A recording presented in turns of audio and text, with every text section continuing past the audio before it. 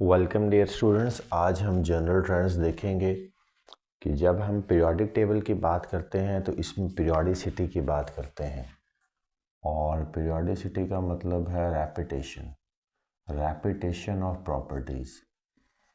तो एक general trends follow करते हैं सारे के सारे elements across periods and with in groups. तो ये है रैपिटेशन ऑफ प्रॉपर्टीज़।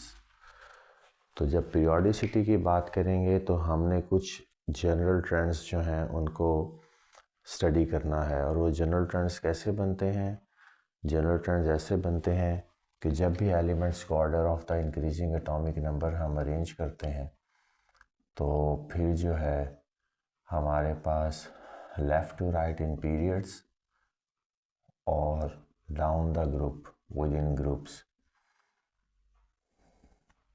टॉप से बॉटम में और लेफ़्ट से राइट में कुछ ऐसे सिस्टमैटिक अरेंजमेंट है एलिमेंट्स की कि हम फिर इन करेक्टरिस्टिक्स को यूनिफॉर्मली स्टडी करते हैं और ये देखते हैं कि ओवरऑल एक मंजरनामा वो कैसे बनता है।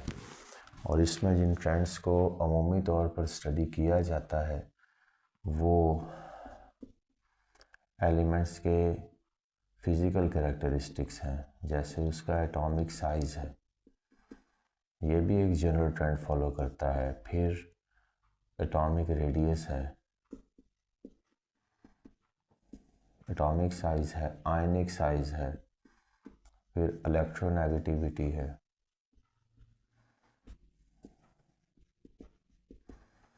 फिर उसकी नेचर ऑफ बॉन्डिंग है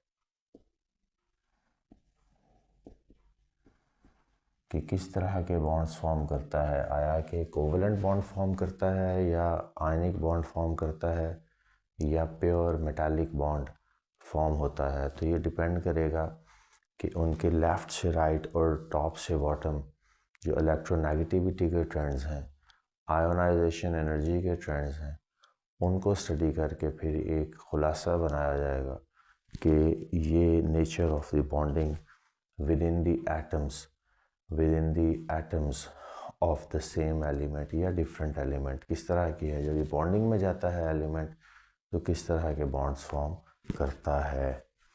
तो पीरियोडिसिटी की बात करनी है, रैपिटेशन ऑफ प्रॉपर्टीज़ की बात करनी है, एटॉमिक नंबर की बात करनी है, डिस्कवरी ऑफ प्रोटॉन्स की बात करनी है, यानी atomic number is number of protons. It is a unique characteristic which is unique to each and every element. तो हर एलिमेंट का एटॉमिक नंबर एक डिफरेंट है, जिसकी वजह से हमने इसको बुनियाद बनाकर जब एलिमेंट्स को increasing order of the increasing atomic number में अरेंज करना शुरू किया starting from left to right, तो फिर हमें जनरल पीरियोडिसिटी या रैपिटेशन ऑफ प्रॉपर्टीज़ मिली। यानी जो सिमिलर ग्रुप्स में एलिमेंट्स हैं उन्होंने सम कॉमन करेक्टरिस्टिक्स को शेयर किया, और लेफ़्ट से राइट जो है ये ग्रेजुअल वेरिएशन हुई। टॉप से बॉटम में वेरिएशन है, लेकिन एक ग्रुप के एलिमेंट्स जो हैं वो जनरली जो है वो सेम करेक्टरिस्टिक्स शो करते हैं, जिनको अभी हम देखेंगे। सबसे पहले है एटॉमिक रेडियस। एटॉमिक रेडियस की अगर बात करें तो ये न्यूक्लियस है, ये किसी भी एलिमेंट का एटम है और ये अपने इलेक्ट्रॉन्स के साथ जो है बॉन्डिंग में जाता है। इसको अगर हम हाइड्रोजन का एटम कंसीडर कर लें तो फिर हम हाइड्रोजन का मॉलिक्यूल फॉर्म करते हैं, यानी दो हाइड्रोजन के एटम्स को क्लोज प्रॉक्सिमिटी में लाएंगे, उनको अलाउ करेंगे कि वो अपना इलेक्ट्रॉन शेयर कर सकें, और जब उन्होंने अपना इलेक्ट्रॉन शेयर किया तो ये पेयर बन गया। और अब जो है ये वाला इलेक्ट्रॉन पेयर म्यूचुअली शेयर्ड है between the nuclei of the two bonded atoms. तो ये दोनों एटम्स के दरमियान शेयर्ड है। अब ये एक बॉन्ड फॉर्म हो गया है, इस बॉन्ड को आप कहेंगे कोवलेंट बॉन्ड। कोवलेंट बॉन्ड इसलिए है क्योंकि म्यूचुअल शेयरिंग ऑफ इलेक्ट्रॉन है। एटॉमिक रेडियस की बात करनी है तो ये हाफ ऑफ द डिस्टेंस है from the nuclei to the valence electrons, nuclei to the valence electrons. तो ये यहाँ तक का जो डिस्टेंस है वो एटॉमिक रेडियस है। और यहाँ से यहाँ तक का जो डिस्टेंस है ये इसका एटॉमिक रेडियस है। तो इस तरह से ये एटॉमिक रेडियस है, half of the, by definition half of the distance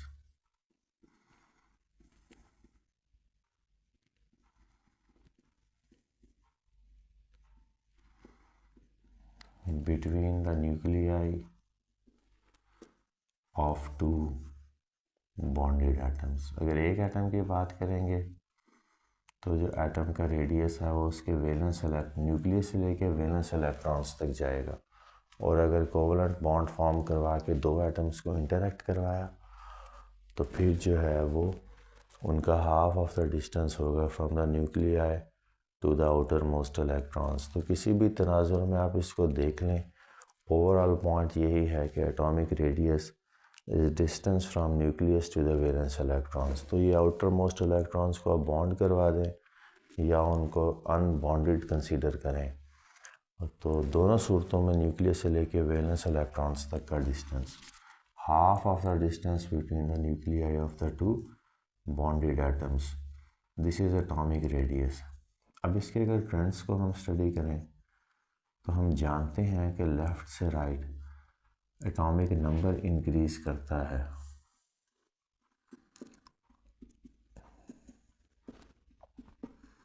we know that atomic number increases from left to right, so atomic number is increasing.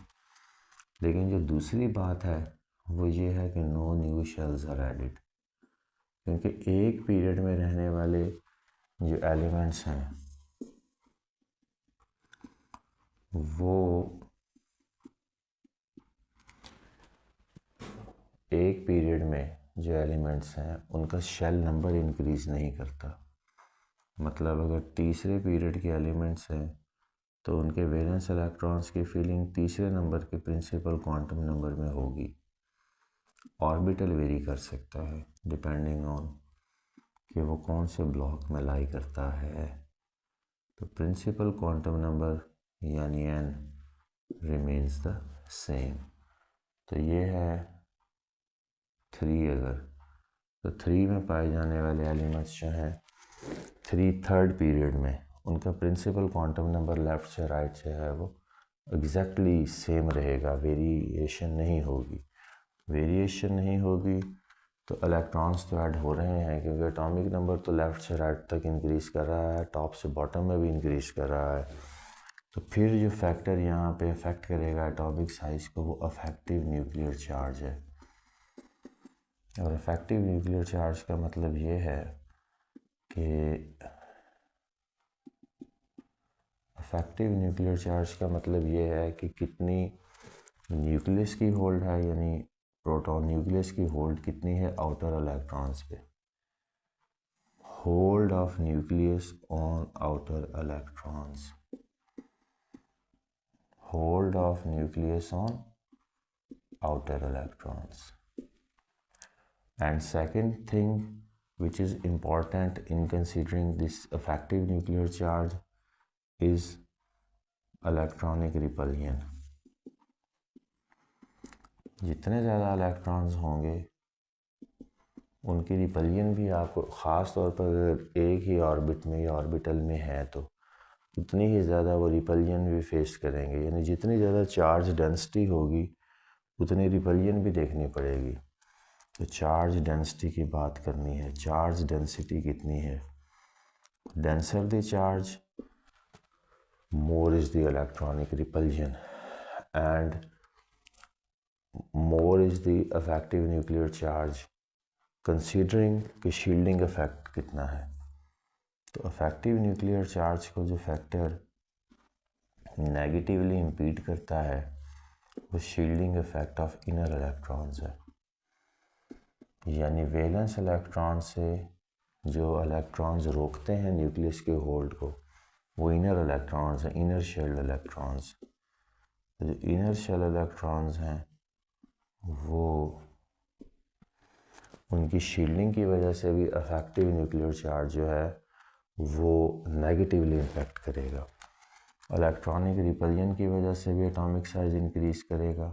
जितनी ज़्यादा चार्ज डेंसिटी होगी उतनी ज़्यादा रिपल्जन भी होगी, ये भी याद रखने वाली बात है। और जितनी ज़्यादा चार्ज डेंसिटी होगी उतनी ज़्यादा न्यूक्लियस के प्रोटॉन्स भी इंक्रीज़ करेंगे फॉर अ न्यूट्रल एटम। तो अगर शील्डिंग इफ़ेक्ट की वजह से नेगेटिवली इम्पीड ना हो रहे हों बहुत ज़्यादा, तो फिर जो है न्यूक्लियस की होल्ड ज़्यादा होगी।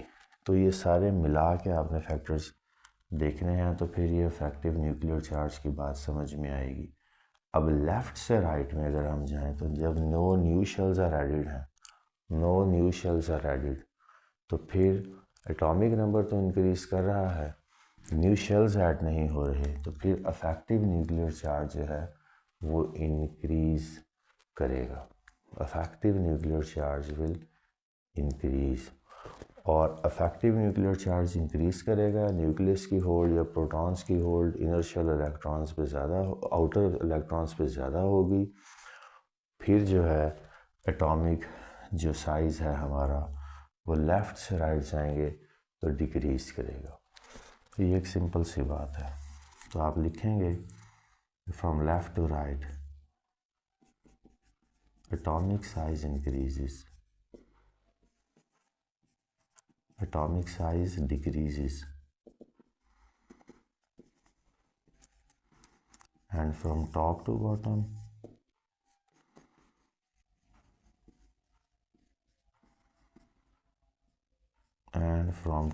bottom it increases.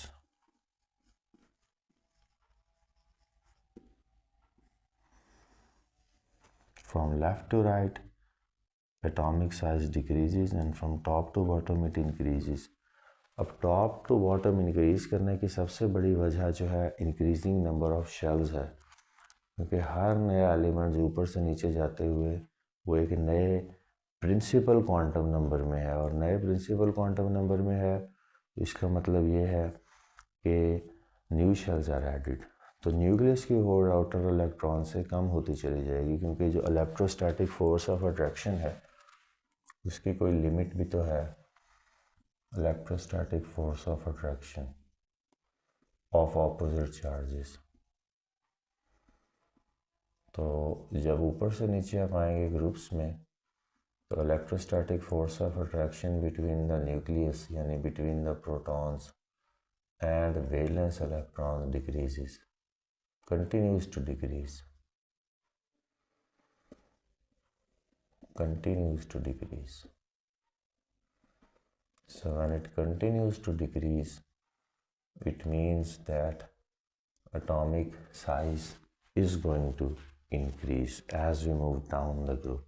दूसरा जो इसके साथ मिलता जुलता ट्रेंड है वो आयनिक रेडियस का है। अब आयन की बात करते हैं, न्यूट्रल एटम की बात की, अब आयन की बात करेंगे। आयन में दो आयन्स हैं। First one is cation which is a positive ion. Positive ion is formed by loss of the electron. जैसे सोडियम है, इससे एक इलेक्ट्रॉन गया तो ये पॉजिटिव आयन बन गया। कैल्शियम है, इससे दो इलेक्ट्रॉन्स गए क्योंकि इसके वैलेंस शेल में दो इलेक्ट्रॉन्स हैं, तो ये डाई पॉजिटिव, ये यूनि पॉजिटिव, ये dipositive. Cations is a positive ion formed by the loss of electrons.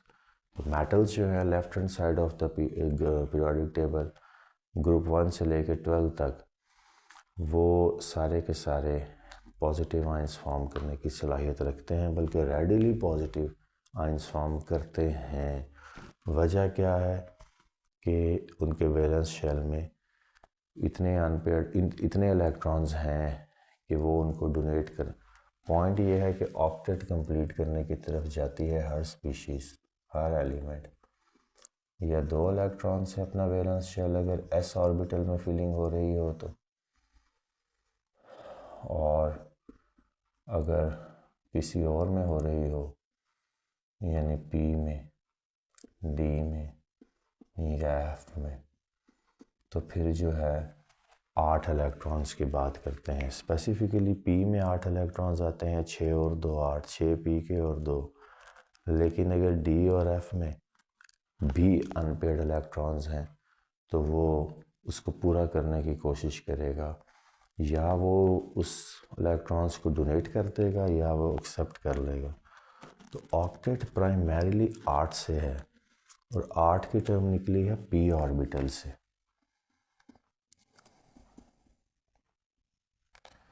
यानी duplet for 2 and octet for 8। Point इसमें सिर्फ समझाने वाला ये है कि हर एलिमेंट जो है वो अपने वैलेंस इलेक्ट्रॉन्स को फिल करना चाहता है ताकि उनकी जो अनस्टेबिलिटी है, इनस्टेबिलिटी, वो ख़त्म हो।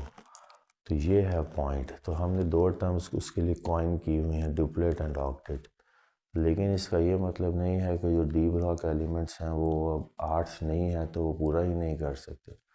पॉइंट ये है कि 2 या 8 से ज़्यादा इलेक्ट्रॉन्स एक्सेप्ट करना या डोनेट करना मुश्किल है किसी भी स्पीशी के लिए। ना ही अपने किसी दूसरे एलिमेंट के पास इतनी वैकेंसीज होती हैं कि 8 से ज़्यादा इलेक्ट्रॉन्स को अकोमोडेट कर सके, और ना ही उस अपने एलिमेंट के पास कि वो 8 इलेक्ट्रॉन एक्सेप्ट कर सके।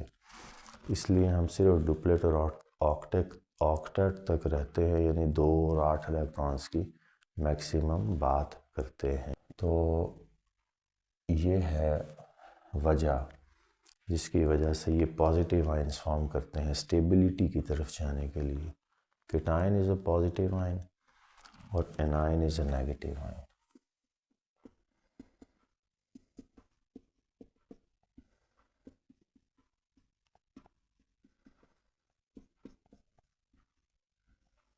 So this is a cation for positive ion.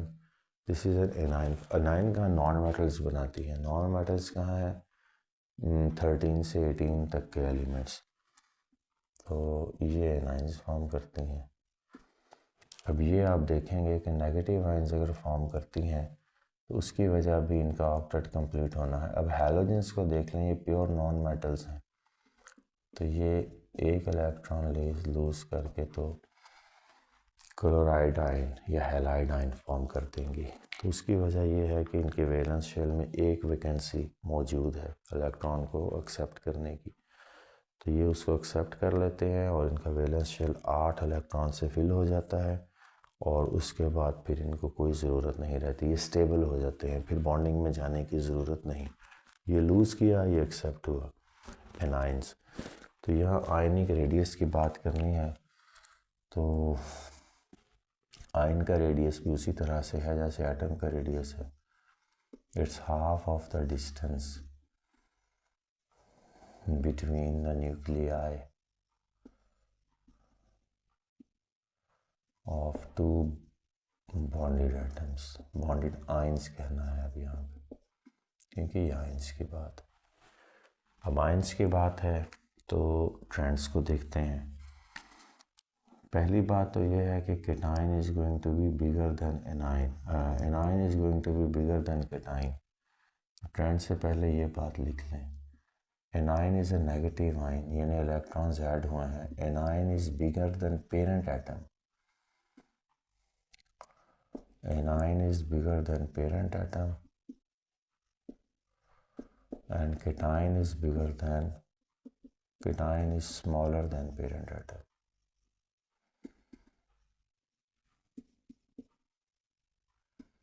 So this is it. Anion is bigger than the parent atom and cation is smaller, क्योंकि anion में इलेक्ट्रॉन्स ऐड हो रहे हैं तो कभी इम्कान है कि शेल भी ऐड होगा, और अगर शेल नहीं भी ऐड होता तो जो अफेक्टिव न्यूक्लियर चार्ज है वो ज़रूर इंक्रीज़ करेगा, इलेक्ट्रॉन्स की रिपल्जन इंक्रीज़ करेगी with addition of new electrons. तो इस तरह से फिर जो है एनाइन में, क्योंकि इलेक्ट्रॉन नंबर ज़्यादा है और proton number remains the same as for neutral atom, तो फिर इलेक्ट्रोस्टैटिक फोर्स ऑफ अट्रैक्शन जो होल्ड करती है अपोजिट चार्जेस को वो डिक्रीज़ करेगी। तो ये बात है जिसकी वजह से एनाइन जो है वो इंक्रीज इन साइज करता है दैन द पेरेंट एटम, और केटाइन जो है वो स्मॉलर रहता है दैन पेरेंट एटम। तो अगर इन दो बातों को हम वैसे जहन में रखें तो केटाइन या एनाइन के लिए अगर ट्रेंड बनाना हो अक्रॉस पीरियड्स, तो आप देखेंगे कि अक्रॉस पीरियड्स अक्रॉस पीरियड्स जो है, जो no new shells are added, तो atomic ionic size decreases for cations and for anions. अब केटाइंस चलते हैं 1 से 12 तक और एनाइंस चलते हैं 13 से 18 तक। तो जब जनरल ट्रेंड आपने इनका बनाना है, जनरल ट्रेंड, तो ionic size decreases as we move from left to right in a period. वजह क्या है कि शेल नंबर इंक्रीज नहीं होता, इलेक्ट्रॉन ये ऐड हो रहा है या जा रहा है आयन के लिए, लेकिन एनाइन के लिए भी शेल ऐड नहीं हो रहा और केटाइन के लिए शेल रिमूव ज़रूर हो रहा है। तो फिर ये बात है कि उसकी वजह से जो लेफ़्ट से राइट तक आप जाएंगे तो उस वजह से उसमें फिर जो है वो size is going to decrease for anions and for cations. Anions होंगे तब भी no new shells are added, तो सिमिलर चार्जेस की रिपल्जन वहाँ पे एक फैक्टर है। और केटाइंस होंगे तो शेल रिमूव हो रहा है, जैसे कि ये हमारे ग्रुप 1 की मेटल है, ये ग्रुप 2 की मेटल है, ये 2 इलेक्ट्रॉन लूज़ करके अपना वैलेंस शेल लूज़ कर देती है और स्टेबल हो जाती है। ये 1 इलेक्ट्रॉन वैलेंस का लूज़ करके अल्कली मेटल ग्रुप 1 की मेटल अपना वैलेंस शेल रिमूव कर देती है और ये ट्रेंड लेफ़्ट से राइट तक फॉलो होता है, यानी फॉर मेटल्स। तो पॉइंट ये है कि इलेक्ट्रॉन लूज़ होने के साथ साथ कभी इम्कान है कि शेल नंबर भी कम हो रहा है या प्रिंसिपल क्वांटम नंबर भी कम हो रहा है। ट्रांजिशन एलिमेंट्स में अगर प्रिंसिपल क्वांटम नंबर कम नहीं होता क्योंकि उनके डी और एफ में फिलिंग है, तो तब भी जब उनके केटाइंस के केस में इलेक्ट्रॉन कम होते हैं तो न्यूक्लियस की hold of similar opposite charges पे इंक्रीज करती है वैलेंस इलेक्ट्रॉन्स। और अगर फॉर एग्जांपल वो एनाइन फॉर्म करें जो कि उनकी खासियत नहीं है, तो फिर जो है वो इलेक्ट्रॉन्स ऐड हो रहे हैं तो रिपल्जन है। तो पॉइंट ये है कि ग्रुप लेफ़्ट से राइट तक जो ट्रेंड फॉलो होगा for cations, for anions, for metals and for non metals, वो जनरल ट्रेंड जब आप देखेंगे वो यही है कि डिक्रीजेस। तो इसमें हमने डिक्रीज़ की बात करनी है, वजह हमने देख ली है, effective nuclear charge, decrease and increase in number of valence shell. तो ये सारे फैक्टर्स जो हैं, repulsion of similar charges, shielding of inner electrons. और अगर विद इन ग्रुप्स बात करें तो न्यू शेल्स ऐड हैं वो हो रही हैं, तो आयनिक रेडियस जो है वो इंक्रीज़ करेगा। न्यूक्लियस की होल्ड बाय डिफ़ॉल्ट जो है वो डिक्रीज़ करती चली जाएगी वैलेंस शेल इलेक्ट्रॉन्स पे। तो केटाइंस की फॉर्मेशन भी फैसिलिटेट होगी केटाइंस की, क्योंकि इलेक्ट्रॉन लूज़ करना फिर उसके लिए आसान हो जाएगा स्पीशी के लिए। और फिर जो है वो साइज़ तो इंक्रीज़ कर गया आइटम का ऑलरेडी, ठीक है, ये वैलेंस शेल की रिमूवल जो है वो फैसिलिटेट ज़रूर होगी, लेकिन पॉइंट ये है कि रेडियस जो है वो बहरहाल एक दफ़ा आयनिक रेडियस बढ़ेगा, उसके बाद वो कम हो जाए। अफेक्टिव न्यूक्लियर चार्ज जो है वो डोमिनेंट कैरेक्टरिस्टिक प्ले करना शुरू कर दे, तो फिर वो कम हो जाए with the loss of first electron and second electron, third electron, तो वो बात की बात है। लेकिन एज अ रूल अगर बात करनी है तो न्यू शेल्स के ऐड करने के साथ आयनिक रेडियस इंक्रीज़ होगा, केटाइंस की फॉर्मेशन फैसिलिटेट होगी। और जब आप नॉन मेटल्स की तरफ जाएंगे जो एनाइंस फॉर्म करती हैं यानी नेगेटिव आइंस फॉर्म करती हैं, तो टॉप से बॉटम तक एटॉमिक रेडियस तो आयनिक रेडियस तो इंक्रीज़ करेगा with the increasing number of shells, और एनाइंस की फॉर्मेशन जो है वो लेस फैसिलिटेट होती है with the in expansion in the size या एटॉमिक या आयनिक रेडियस बढ़ने के साथ साथ, क्योंकि फिर न्यूक्लियस में इतनी विल पावर नहीं रहती, इतना ज़्यादा एकोमोडेटिव नहीं होता, स्टेबिलिटी का फैक्टर कम होता चला जाता है एनाइंस की फॉर्मेशन के कॉन्टेक्स्ट में। स्मॉल साइज एटम इस जल्दी स्टेबल होगा इलेक्ट्रॉन को एक्सेप्ट करके, जबकि जब आप साइज़ इंक्रीज़ करता जाएगा तो एनाइन की फॉर्मेशन कम होगी क्योंकि स्टेबिलिटी डिक्रीज़ करेगी एटम की with the increase in size. ज़ाहिर बात है कि अपोजिट चार्जेस की अट्रैक्शन भी कम हो जाएगी वगैरह वगैरह, सिमिलर इलेक्ट्रॉन्स का रिपल्जन भी। तो ये सारी फैक्टर्स को अनस्टेबल बनाएंगे तो इलेक्ट्रॉन एक्सेप्ट करना यानी एनाइंस की फॉर्मेशन जो है वो लेस फैसिलिटेटिव हो जाएगी। बहरहाल ये दो बातें यहाँ पे हमने याद रखनी है।